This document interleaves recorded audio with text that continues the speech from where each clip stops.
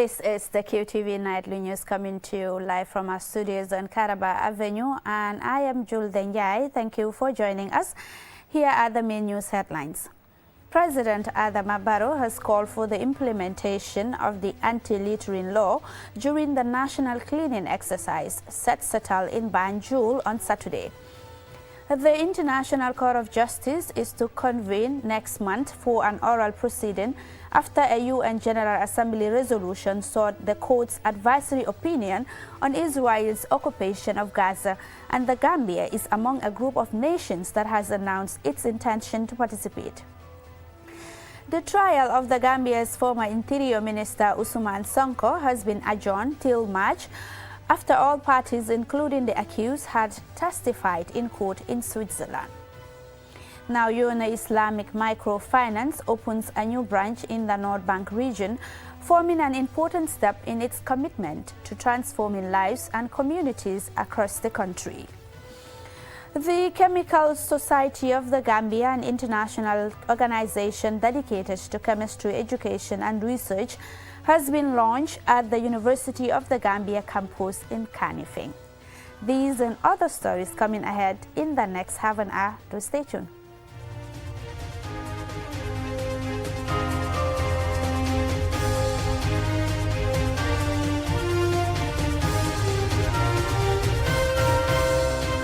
Thank you for staying with us. If you are just tuning in, this is QTV News with me, Jules Denjai.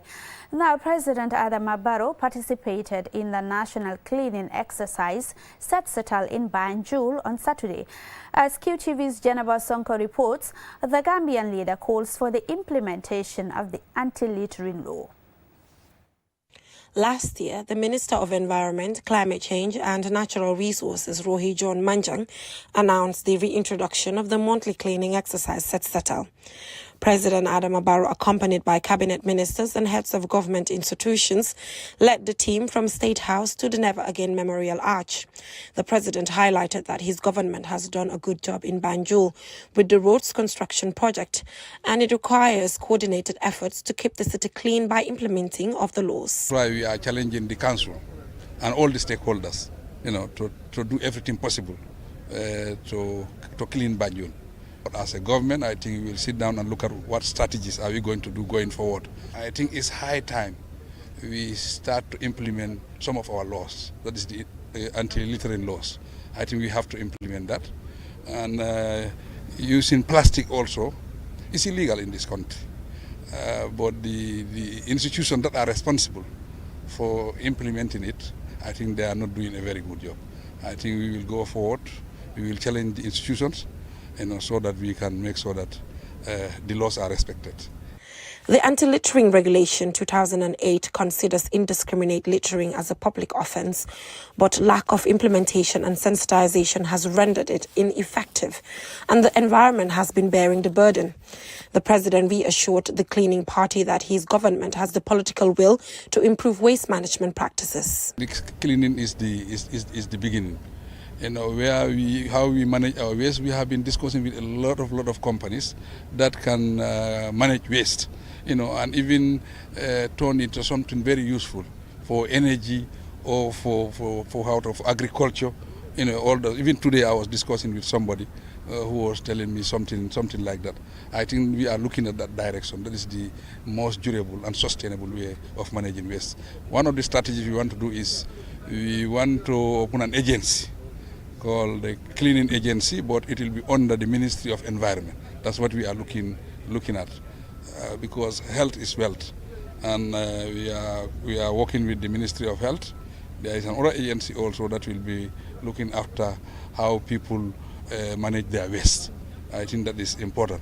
The majority of waste generated in the Gambia is disposed of at informal dump sites. With limited waste management capacity, the Gambia can better mitigate the circumstances by adopting international best practice, such as enforcing regulations, raising public awareness and building capacity for sustainable solutions. Reporting for QTV News, I am Jennifer Sanko. Well, good initiative there. Now, the International Court of Justice is to convene next month for an oral proceeding after a UN General Assembly resolution sought the court's advisory opinion on Israel's occupation of Gaza. Among other nations, the Gambia has announced its intention to participate in the proceedings and has called for a ceasefire in the Israel-Gaza conflict. Momodu Lamin Choi has the details. The Israel-Palestine conflict is at the center of international attention, with many campaigning for peace, justice and freedom across the world. Once again, the International Court of Justice is being tasked with dispute settlement and an advisory opinion. On the 30th of December 2022, the UN General Assembly adopted a resolution requesting an advisory opinion from the International Court of Justice on two questions of law, namely, 1. What are the legal consequences arising from Israel's violations of the right of the Palestinian people to self-determination from its prolonged occupation, settlement, and annexation of the Palestinian territories since 1967? 2. Under international law and past UN resolutions on Israeli occupation on Palestine, how do the policies and practices of Israel affect the legal status of the occupation, and what are the legal consequences that arise for all states under United Nations from this status?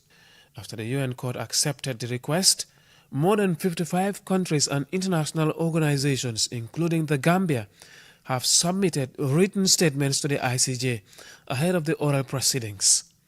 Here is the Gambia's Vice President, Mohamed B.S. Jallow. We have submitted a written statement and intend to participate in the oral proceedings starting on 19 February 2024. Following the filing of written statements, the participating states and organizations will take part in oral proceedings, submitting their arguments on points of law in response to the questions raised in the UN General Assembly resolution seeking the ICJ's legal opinion. After the oral hearing, judges of the court will deliberate and issue a legal advisory opinion on the matter.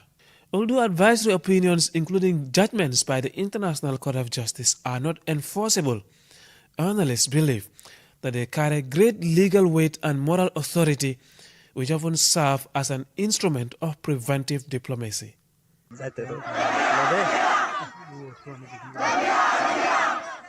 Gambia seeking a remedy or ruling from the International Court of Justice is not new. The Gambia, with the backing of the 57 member countries of the Organization of Islamic Cooperation, instituted a case against Myanmar, accusing it of committing genocide against its Rohingya Muslim population. Relatedly, I am delighted to declare publicly that last November, following a series of consultations with my government, Canada, Denmark, France, Germany, the Netherlands, and the United Kingdom formally submitted their joint declaration of intervention in the Gambia versus Myanmar court proceedings before the ICJ. Last month, South Africa filed a legal suit against Israel, accusing it of committing genocide against the Palestinian people. The case marked a turning point when the court issued a ruling on Friday, ordering that Israel must take measures to prevent the act of genocide against the Palestinian people. Both cases by South Africa and the Gambia will take years before the UN court issues its final verdict. Mohamed Lamin Choi, QTV News. And now the trial of the Gambia's former Interior Minister Ousmane Sanko has been adjourned until March after all parties, including the accused, had testified in court. Sanko is being tried in Switzerland on numerous charges, including crimes against humanity relating to his time as Inspector General of Police and Interior Minister of the Gambia. Let's have more details of that in this report by Ansumana Isonyasi. Following 3 weeks of testimonies, requests and presentation of evidence, as well as procedural decisions, the trial has been suspended to allow all parties involved the opportunity to request additional evidence to support their case. The trial will resume sometime in March for continuation. Meanwhile, in a major interesting development, prosecutors argued during the last hearing that several persons could still be heard in order to support the existence of a system set up to repress the Gambian civilian population following the 2006 events. They also requested the complete case file that led to the recent conviction of Bailo in Germany to be added as evidence material, as well as the asylum claim made by Sanko in Sweden. Bailo is the first major conviction recorded in a foreign country for crimes committed during the Jammeh era. The court informed the court that the phase of the presentation of further evidence is closed. Hence, no new evidence will be accepted and the verdict will be based on the case file as presented. Sanko's representatives also informed the court that a request for the release of their client would be filed, but provided no further details as to when this will be done and on what grounds. Following the testimonies of Madi Sise and Musa Sedikan, former managing director and editor-in-chief of the independent newspaper, who both linked him to the events of 2006, including their arrest, torture and arbitrary closure of the paper, the former Interior Minister Usman Sanko said that the independent newspaper was closed by a court order. However, the newspaper records at the time indicated that the bi-weekly paper was forcibly shut down on March 28, 2006. Sise and the paper's former editor-in-chief Sedikan were arrested in March 2006 and allegedly tortured by junglers within the premises of the National Intelligence Agency. Both Madi and Musa said Sanko, who was the police chief at the time, served on the investigation panel whose members either participated or endorsed their torture. However, responding to allegations leveled against him by witnesses, Sanko denied any wrongdoing. The trial is expected to resume in March for continuation. Ansumane Sonyasi for KTV News. The report by Ansumane Sonyasi takes us to a commercial break. When we return, we have some more national stories for you. Do stay tuned. QCell brings you the future with our ultimate bundles. Enjoy the best voice and data bundle plans in one package. Get unlimited data packages with flexible validity and enjoy what true internet feels like. Get 30 minutes of on-net and off-net calls with 5 gigabytes of data for just $350. Or get bigger bundle packages from 10 gigabytes to 20 gigabytes with over 100 on-net and off-net voice calls and enjoy the fastest internet speed in the Gambia. You can also buy 1-day, 3-day or even 7-day packages and enjoy unlimited data bundles with uncapped speeds. Just dial *343# today and experience the limitless capabilities of the QCell network. *343# should be your favorite code to dial now. For more information, call our customer care on 111. QCell, we innovate, others follow. Looking for the perfect place to promote your product or place your advert? Look no further than QTV. We are the premier destination for businesses looking to connect with Gambian audiences and beyond. At QTV, we offer a variety of advertising solutions to suit your needs and budget. With our diverse range of programming, you can be sure that your ad will reach a broad and engaged audience. From our popular news broadcast to our exciting music and entertainment programming, QTV has something for everyone. QTV, the premier destination for advertising in the Gambia. Contact us today and let us help you reach your audience.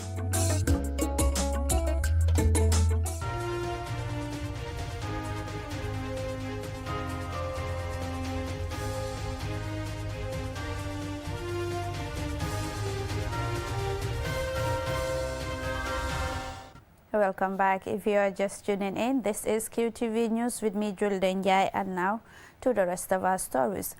Islamic Microfinance has taken another step in its commitment to transforming lives and communities across the country by opening a new branch in the North Bank region.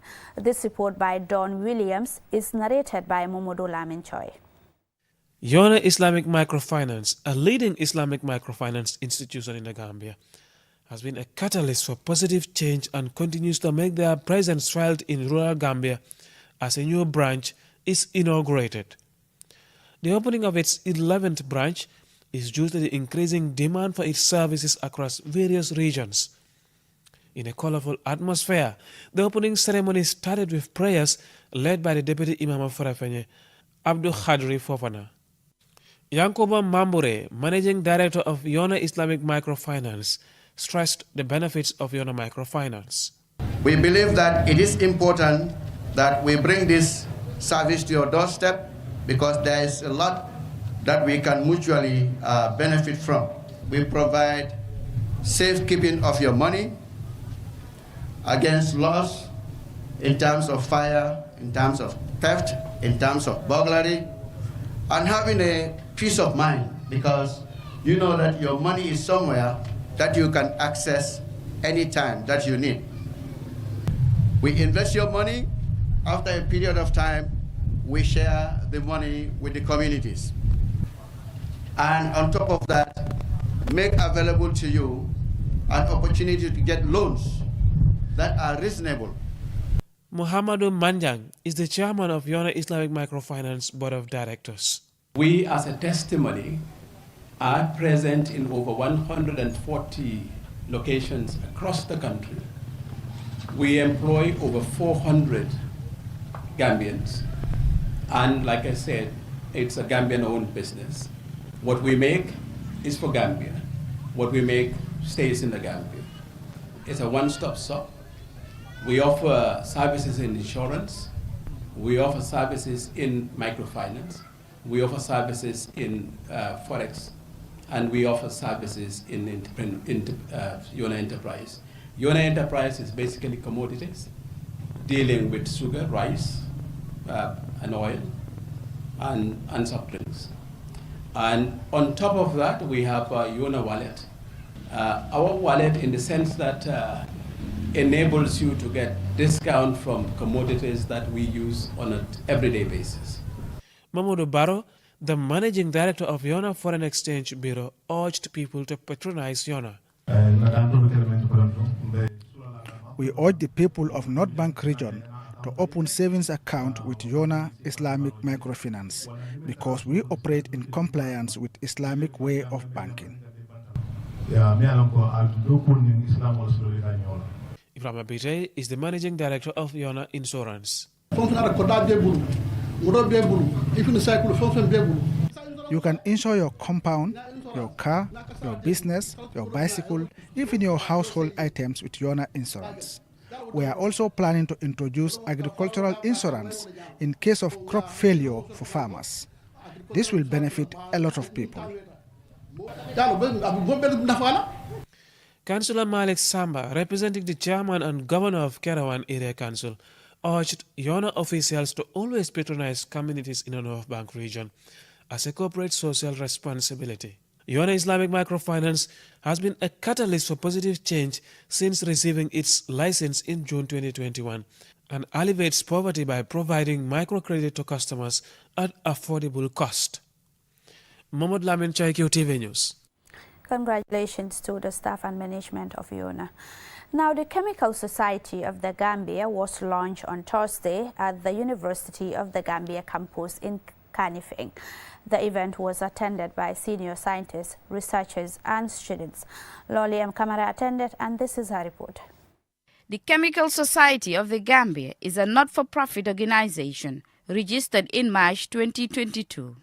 Its aims, among other things, include the improvement of teaching and learning of chemistry, both at senior secondary and higher education levels, as well as uniting scientists working under the chemical science to promote their agenda for national interest. Oladeli Oyilakin, chair of the advisory board, highlighted the need for and importance of chemical research in the Gambia. Seni Cham, president of the Chemical Society of the Gambia, gave a brief overview of the organization's formation, explaining that the idea was conceived when most of them were undergraduate students at the UTG. Mr. Cham explained that the development of nations is hugely dependent on science and technology, and that chemistry is also important. Whether you read biology, physics, medicine, agriculture, engineering, forensic science, pharmacology, or any other discipline in the applied science, chemistry is fundamental for you. Dr. Ismaila Baji, the guest speaker of the event and CEO of Innovarex Global, challenged members and students in the chemistry field to take ownership of and improve their performance in science and technology. It says, let's support scientific research for national development. The one thing we need to change, let's remove the let's support. Support comes with conditions. Support can be temporary. And the support, you're signaling to the world that it cannot happen without the help of an external factor. Gambia needs to take ownership of scientific research for national development. Ownership is don't give me fish, teach me how to fish so that I could feed myself for a century. Dr. Dauda Baji, Executive Director of the National Environment Agency, spoke on the topic, the role of chemistry in solving environment pollution. The pollution we do is actually when it goes, it's because you don't see it. And when you don't see it, you feel that nothing is happening. But eventually what we have done come back to you. Because when it is an environment, within the environment, it is something that is coming back to you one day. If you pollute the air, and we feel that the air is free, at the end of the day, you're going to inhale that pollutant impact. So eventually the air does not know the polluter and the recipient. So that's why it is important when you see somebody doing something, you have to really alert this because the problem will come back to you. Saliu Pui, President of the Traditional Healers Assembly of the Gambia, reiterates the importance of the society, emphasizing his assembly's readiness to work with the Chemical Society of the Gambia in developing medical scientific research for traditional medicine. Bubangom, from the Higher Education Ministry, reaffirmed his ministry's support for the society.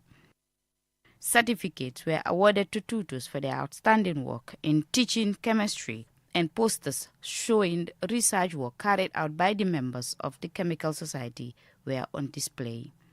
For QTV News, Lolly M. Kamara. And now some community members in Farafenye in the North Bank region have raised concerns over the leakage and condition of the sewage tanker truck emptying septic tanks in the region.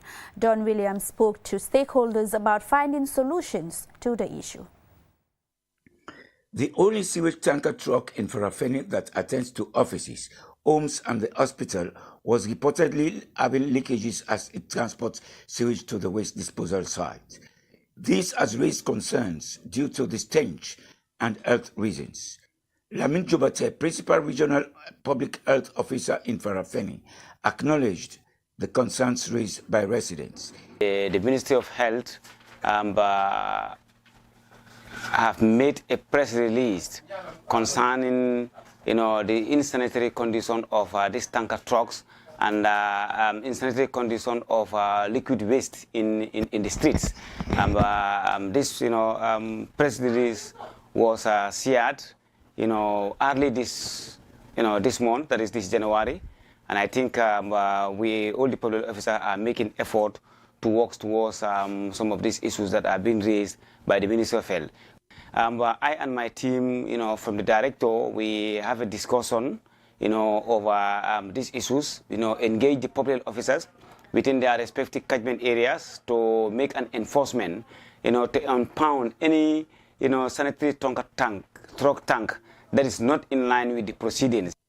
Seni Jane, Public Health Desk Officer, explained steps taken and challenges they are facing and also commented on wastewater from compounds. Obviously, this is not the first time we have been coming in contact with the tanker truck owner and the operators. So obviously we have been working closely with them to ensure that the leakage does not happen. But at a certain period we realized that the leakage has been happening. So we had to abate them to ensure that they did not operate until they properly maintenance and ensure that there is no spillage whilst they are transporting these waste from compounds to the dump site. Mr. Jane also explained on one of the challenges. Before the coming of the press release, obviously at some point we had to face them to tell them to fix what is causing the leakage. So we did that. We followed them up, but then they didn't adhere to it. But with the press release, we have to ensure that we give them abatement notice. We have to ensure that the vehicle is impounded. We know it is only vehicle here, so that is the main challenge here. So when we want to seize the vehicle from operation, meaning the people will have their suitcases full and they will not be able to withdraw, or they will struggle to get a vehicle from Senegal. Modu Drame, the owner of the sewage tanker truck and a businessman, explains the challenges he faces. I have been encountering a lot of challenges. I have changed the machine twice and I'm not making profit on the truck. In fact, I use money from my other business to run this truck. Sometimes they blame me, but it is the wastewater from their homes that flow into the streets. Proper sewage handling and disposal is crucial in order to protect our environment and the health of both humans and animals. When sewage or wastewater is not treated properly, it can pollute our water sources, damage natural habitats, and cause serious illnesses. Don Williams reporting from Farafeni. The report by Don Williams brings us to the end of this bulletin, but before we go, here is a recap of the headlines. President Adama Barrow has called for the implementation of the anti-littering law during the national cleaning exercise set out in Banjul on Saturday. The International Court of Justice is to convene next month for an oral proceeding after a UN General Assembly resolution sought the court's advisory opinion on Israel's occupation of Gaza, and the Gambia is among other nations that announced its intention to participate. Now, the trial of the Gambia's former Interior Minister Usman Sanko has been adjourned until March after all parties, including the accused, had testified in court in Switzerland. Now, Yona Islamic Microfinance has taken another step in its commitment to transforming lives and communities across the country by opening a new branch in the North Bank region.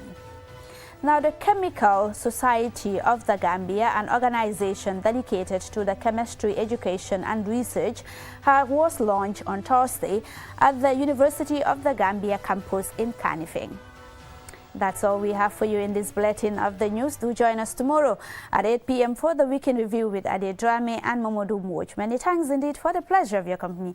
Have a splendid evening. Bye-bye.